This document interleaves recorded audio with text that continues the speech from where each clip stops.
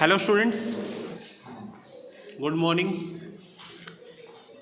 बच्चों, हमारा चैप्टर चल रहा था फाइनेंशियल स्टेटमेंट ऑफ कंपनीज और इसमें हमने बैलेंस शीट का कंप्लीट फॉर्मेट कर लिया था लास्ट वीडियो में, और एक एग्जामिनेशन नोट्स का भी पूरा ये असाइनमेंट्स दी हुई हैं इसमें, वो हमने तैयार की हैं, जिसमें हमें 3 चीज़ बतानी होती है।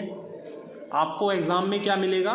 आइटम का नाम, आपको 2 चीज़ें बतानी होगी, हेडिंग और सब हेडिंग। 4 नंबर का आता है बच्चों ये। मैंने पिछली वीडियो में ये बातें आपको बताई थी, और आज की वीडियो में हम कुछ ये फर्स्ट इलिस्ट्रेशन से स्टार्ट हो जाते हैं, कुछ सम करते हैं। फर्स्ट इलिस्ट्रेशन है बच्चों इस चैप्टर का, ओलंपिक लिमिटेड का ओपनिंग डेबिट बैलेंस है 5 लाख रिजर्व एंड सरप्लस में। डेबिट बैलेंस मतलब माइनस का बैलेंस है। ये कौन सा बैलेंस है? माइनस का। स्टेटमेंट ऑफ P&L का माइनस का 5 लाख बैलेंस है। इस साल हमने 8 लाख रुपए प्रॉफिट कमाया। इस साल कितना कमाया? पिछला कितना है? 5 लाख माइनस का, इस साल 8 लाख प्लस हो गए। 8 लाख कमाए हैं। अब बताओ इसको बैलेंस शीट में कैसे शो करोगे? बिल्कुल सिंपल, 2 नंबर में आ जाएगा। तो अगर ये तो बच्चों बैलेंस शीट बनाओगे ओलंपस लिमिटेड। जब पूरी बैलेंस शीट नहीं बनती तो क्या लिखते हैं? Extract of balance sheet. आपको पता है रिजर्व एंड सरप्लस किस हेडिंग के अंदर आता है? पहले इक्विटी एंड लायबिलिटी लिखो, फिर शेयर होल्डर फंड लिखो, फिर रिजर्व एंड सरप्लस। इसमें आता है जी, इसका नोट नंबर 1 बनेगा रिजर्व एंड सरप्लस का। देखो नोट नंबर 1 में क्या आता है? सबसे पहले सरप्लस में क्या है? ओपनिंग बैलेंस कितना है? 5 लाख माइनस में। माइनस को कैसे शो करते हैं? ब्रैकेट में। अब 8 लाख इस साल प्रॉफिट हो गया तो 8 ऐड हो जाएगा, 5 में से 8 गई, 3 लाख प्लस का रह गया। अब इस 3 लाख को प्लस का कैसे लिखेंगे? पिछले साल बच्चों देखो 5 लाख का लॉस था, ब्रैकेट में लिखा हुआ है। इस साल 3 लाख क्या हो गया? प्लस। कितना इजी है, कर लेंगे ऐसे सम। तो सेकंड सम में क्या है? जनरल रिजर्व दिया हुआ है 4.5 लाख, स्टेटमेंट ऑफ P&L का बैलेंस दिया हुआ है 2 लाख, और इस साल ड्यूरिंग द ईयर हमने 3,20,000 का लॉस हो गया। 3,20,000 का क्या हो गया? तो इसको भी ऐसे ही शो करना है बिल्कुल। ये बैलेंस शीट लायबिलिटी साइड दी हुई है, रिजर्व एंड सरप्लस। अच्छा, जनरल रिजर्व में कितने हैं? 4.5 लाख, देख सकते हैं आप नीचे। प्रॉफिट में कितना पड़ा है? 2 लाख। 3,20,000 का लॉस हो गया बच्चों, तो 2 लाख में से 3,20 घटाओगे, माइनस का कितना रह गया? 1,20। अब जनरल रिजर्व में 4.5 लाख है, 1,20 माइनस कर दोगे इसमें, तो टोटल कितना हो गया? 3,30। तो पिछले साल था बच्चों 650। टोटल रिजर्व एंड प्लस में कितना था? 650। और इस साल अब कितना रह गया? 3,30। ये 3,30 सबसे लास्ट में लिखा गया, कैलकुलेशन करने के बाद ये 3,30 आया। थर्ड भी ऐसे है, कर लेंगे आप थर्ड।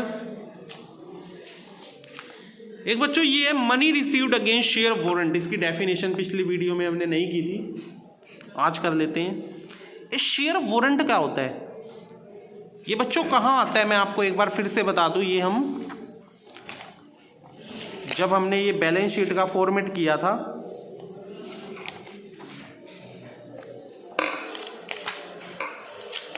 ये फॉर्मेट में आप देख सकते हैं, शेयर होल्डर फंड में एक शेयर कैपिटल है, एक रिजर्व एंड सरप्लस है, और एक money received against share warrant है, और एक है share application money pending allotment. वैसे मैं आपको बता दूं बच्चों, ये 2 आइटम हमारे सिलेबस में नहीं है। क्या नहीं है? एक तो money received against share warrant, और एक share application money pending allotment. ये हमारे सिलेबस में ही नहीं है, ठीक है। बट इसकी डेफिनेशन अगर दी हुई है बुक में तो हम जस्ट पढ़ लेते हैं, सिलेबस में है नहीं ये। A share warrant is a financial instrument issue by a public company which gives the holder the right to acquire certain number of equity shares specified therein at a later date। बच्चों warrant क्या होता है? Share warrant, हमने company ने share holder को, एक holder को एक वारंट दे दिया, एक रिसिप्ट दे दी। उस रिसिप्ट का ये मतलब है कि वो हमारी कंपनी के इतने इक्विटी शेयर इस स्पेसिफाइड डेट को, लेटर डेट, ये डेट आएगी बाद में, अभी नहीं, इस डेट को देने पड़ेंगे। पक्के हो गए उसके, जैसे सौदा हो गया है। क्या हो गया? अभी डील नहीं, डील तो हो गई है बट अभी ट्रांजैक्शन नहीं हुई। उसका एक वारंट दे दिया, उसको बोलते हैं शेयर वारंट। क्या बोलते हैं? शेयर। समझ गए बच्चों? मतलब मैंने एक बच्चे को कहा कि मैं तुझे 10,000 शेयर दूंगा इस रेट पे, अब वो उसके बुक कर दिए, बुक हो गए हैं, उसको देने पड़ेंगे मुझे। समझ गए बात? एक होता है बच्चों share application money pending allotment. कई बार कंपनी क्या होती है बच्चों, एप्लीकेशन मनी, आपने इश्यू ऑफ शेयर चैप्टर कर लिया, आप पहली किस्त क्या मंगाते हैं, एप्लीकेशन, फिर अलॉटमेंट, फिर फर्स्ट कॉल, फिर सेकंड कॉल। आपने एप्लीकेशन मनी ले ली, ध्यान सुनना मेरी बात, आपने एप्लीकेशन मनी ले ली, एप्लीकेशन मनी ले ली, बट अभी अलॉटमेंट नहीं ली, ना फर्स्ट कॉल नहीं ली, सेकंड कॉल ली। 31 मार्च आ गई, क्या आ गई बच्चों, एप्लीकेशन मनी लेने के बाद 31 मार्च आ गई। अब आपको बैलेंस शीट बनानी पड़ेगी, क्या बनानी पड़ेगी? तो जब वो सिर्फ आपने अगर एप्लीकेशन मनी ली है तो इसका मतलब पता है क्या है, अभी शेयर पक्के नहीं है, उसको दोगे या नहीं दोगे। तो इस ये जितनी भी एप्लीकेशन मनी का अमाउंट ले चुके हो, इसको किस अकाउंट में रखोगे? एक बार मनी पेंडिंग अलॉटमेंट। समझ के बात? बैलेंस शीट में आपको ये शो करनी पड़ेगी। लायबिलिटी साइड कहाँ शो करोगे? स्पेशल हेड बना के। उसके बाद ये मैंने आपको बताया था नॉन करंट लायबिलिटी क्या होती है, लॉन्ग टर्म बोरोइंग क्या होती है। इसके अंदर ये सारे एग्जामिनेशन नोट्स में दिए हुए हैं, इसकी हेडिंग और सब हेडिंग। बच्चों एक ये डेफर्ड टैक्स लायबिलिटी और डेफर्ड टैक्स एसेट्स क्या होती है, इसके बारे में मैं बता देता हूं मैं आपको। बच्चों डेफर्ड टैक्स एसेट्स क्या होती है और डेफर्ड टैक्स लायबिलिटी क्या होती है, ये दोनों बताऊंगा मैं आपको। सुनो,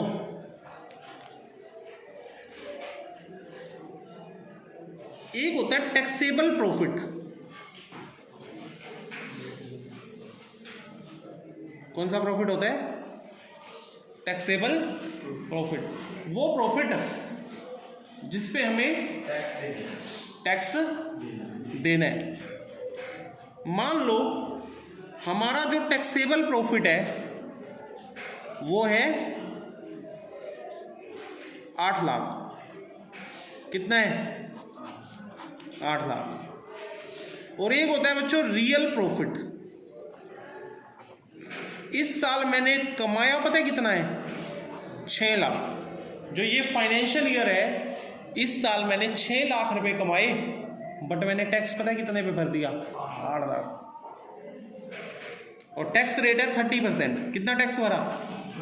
मैंने 2 लाख रुपए पे टैक्स ज्यादा भर दिया। कमाए कितने हैं? 6 लाख। टैक्स कितने पे भर दिया? जब कमाए 6 लाख है, टैक्स 8 लाख पे, अगर 2 लाख अगले साल की इनकम पे भी मैं इसी साल उसको शो करके मैंने क्या किया, नेक्स्ट ईयर की इनकम को भी इसी साल शो करके उसका भी टैक्स भर दिया। 2 लाख का 30% कितना हो गया? 60,000। बच्चों ये मेरी डेफर्ड टैक्स एसेट है। क्या है डेफर्ड टैक्स एसेट्स? समझ गए मेरी बात? मैंने 2 लाख पे 60,000 टैक्स एक्स्ट्रा दे दिया इस साल। उल्टा कर देता हूं, नेक्स्ट ईयर पे करना पड़ेगा। हाँ, अब मुझे नेक्स्ट ईयर 2 लाख पे टैक्स पे करना नहीं पड़ेगा। अच्छा, उल्टा कर देता हूं, वो मेरी डेफर्ड टैक्स लायबिलिटी बन जाएगी।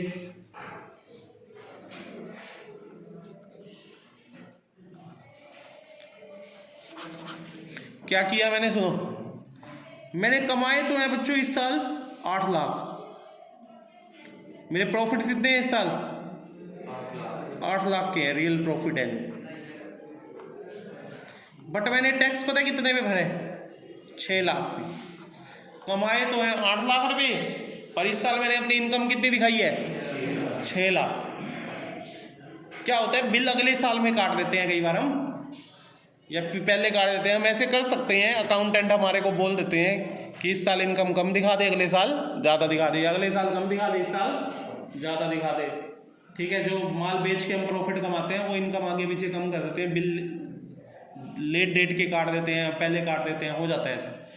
तो हमारी इस साल के रियल प्रॉफिट कितने हैं? 8 लाख। और हमने टैक्स कितने में भरा है? 6 लाख पे। तो 2 लाख पे अभी हमने टैक्स भरा नहीं है। 30% टैक्स रेट है, तो 60,000 अभी हमने टैक्स कम भरे। क्या भरे? कम। तो ये हो जाएगा बच्चों डेफ फॉर टैक्स लाइबिलिटी। उसके बाद बच्चों आपको सीखने की जरूरत है ये एक ऑपरेटिंग साइकिल क्या होती है। ध्यान से देखना, आपके पास जब आप ये वीडियो देख रहे हैं तो आपकी बुक्स खुली हों। ऑपरेटिंग साइकिल बच्चों, ऑपरेटिंग साइकिल क्या होती है, मेरी बात सुनना ध्यान से। जो बच्चा इस वीडियो को ध्यान से देख रहा है उसको अभी 2 मिनट में ये ऑपरेटिंग साइकिल का कंसेप्ट समझ में आ जाएगा। जिसका ध्यान थोड़ा सा इधर उधर गया उसको नहीं आएगा। तो एक एक लाइन ध्यान से सुननी है, कुछ भी मिस नहीं करना जो मैं बोल रहा हूँ। समझ रहे हैं मेरी बात बच्चों? ऑपरेटिंग साइकिल क्या होती है, देखो, अपने पैसे जब घूम के बिजनेस में पूरी साइकिल में घूम के जब वापस हमारे वो पैसे हमारे पास आ जाते हैं, उसकी कितनी टाइमिंग खर्च हुई, उस पूरी प्रोसेस को ऑपरेटिंग साइकिल बोलते हैं। जैसे मेरे पास पहले कैश था या बैंक में पड़ा था, मेरा ही था वो। सबसे पहले मैं क्या किया, मैंने कच्चा माल खरीदा। क्या खरीदा? अरे बिजनेस करता हूँ, मैन्युफैक्चरिंग बिजनेस है, तो सबसे पहले क्या खरीदूंगा? कच्चा माल खरीदा। पैसे खत्म हो गए, अब वो क्या बन गया? कच्चा माल हो गया। फिर मैंने उसको वर्क इन प्रोग्रेस में भेज दिया, काम पक्का तैयार हो रहा है, आधा तैयार हो गया है। फिर अब वो फाइनल गुड्स बन गया। कैश से कच्चा माल खरीदा, इसमें 2 महीने का टाइम खर्च हो गया।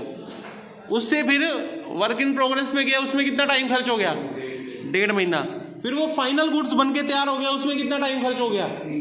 3 महीने। अच्छा, फिर मैंने वो बेच दिया। क्या कर दिया? उधार बेच दिया। और अब वो माल किसके पास है? डेटर के पास। किसके पास है? अब मैंने पैसे लेने हैं, वो डेटर बन चुके हैं। क्या बन चुके हैं? और 2 महीने के अंदर अंदर मेरे पैसे उन्होंने दे दिए। क्या कर दिए? डेटर ने मेरे सारी उधार दे दी। जो मैंने उधार माल बेचा था ना, मेरा पैसा घूम फिर के वापस क्या आ गया? मेरे पास आ गया। और इस पूरी प्रोसेस को कितना टाइम लग गया? 2 और 1.5, 3.5 और 3, 6 और 6.5 और 2, 8.5 महीने लग गए। तो इस एग्जाम्पल में मेरी ऑपरेटिंग साइकिल क्या हुई? 8.5 मंथ। कितनी हुई? 8.5 मंथ। समझ के बात? ठीक है। अब एक क्वेश्चन करते हैं। वो क्वेश्चन क्या है? पहले तो क्वेश्चन समझो। क्वेश्चन क्या है? ऑपरेटिंग साइकिल के मंथ दे रखे हैं। किसी बिजनेस में भाई 8.5 महीने होती है, किसी में 10 भी होती है, किसी में 15 महीने भी हो सकती है। हर बिजनेस का अपना अपना हिसाब है। देखो, ये अलग अलग बिजनेस है। एक बिजनेस में 9 महीने है, 10, 10, 15, 15, 15, 16। और ये ट्रेड पेबल है बच्चों। नीचे ट्रेड पेबल से इतना इतना टाइम ले रखा है हमने। ट्रेड पेबल कौन होते हैं? क्रेडिटर। कौन होते हैं? किसी ने कहा है 10 महीने में पैसे दूंगा, किसी में 12 महीने में, किसी ने 14 महीने, किसी में 12 महीने, किसी ने 13 महीने, किसी ने 18, किसी ने 15। अब हमने क्या बताना है? क्वेश्चन क्या है? ट्रेड पेबल करंट लायबिलिटी है या नॉन करंट लायबिलिटी है? बच्चों ये क्वेश्चन है। ट्रेड पेबल करंट लायबिलिटी है या करंट लायबिलिटी कौन सी होती है? Within 12 month. Within trade payable क्या होती है? मैं बोल देता हूं definition. Trade payable is that amount which have to be paid within 1 year. जो 1 साल के अंदर अंदर कर्जा चढ़ा पड़ा है हमारे ऊपर और हमें 1 साल के अंदर अंदर उतारना है, वो होती है क्या? Current liability. बट इस ऑपरेटिंग साइकिल ने करंट लायबिलिटी की डेफिनेशन बदल दी है।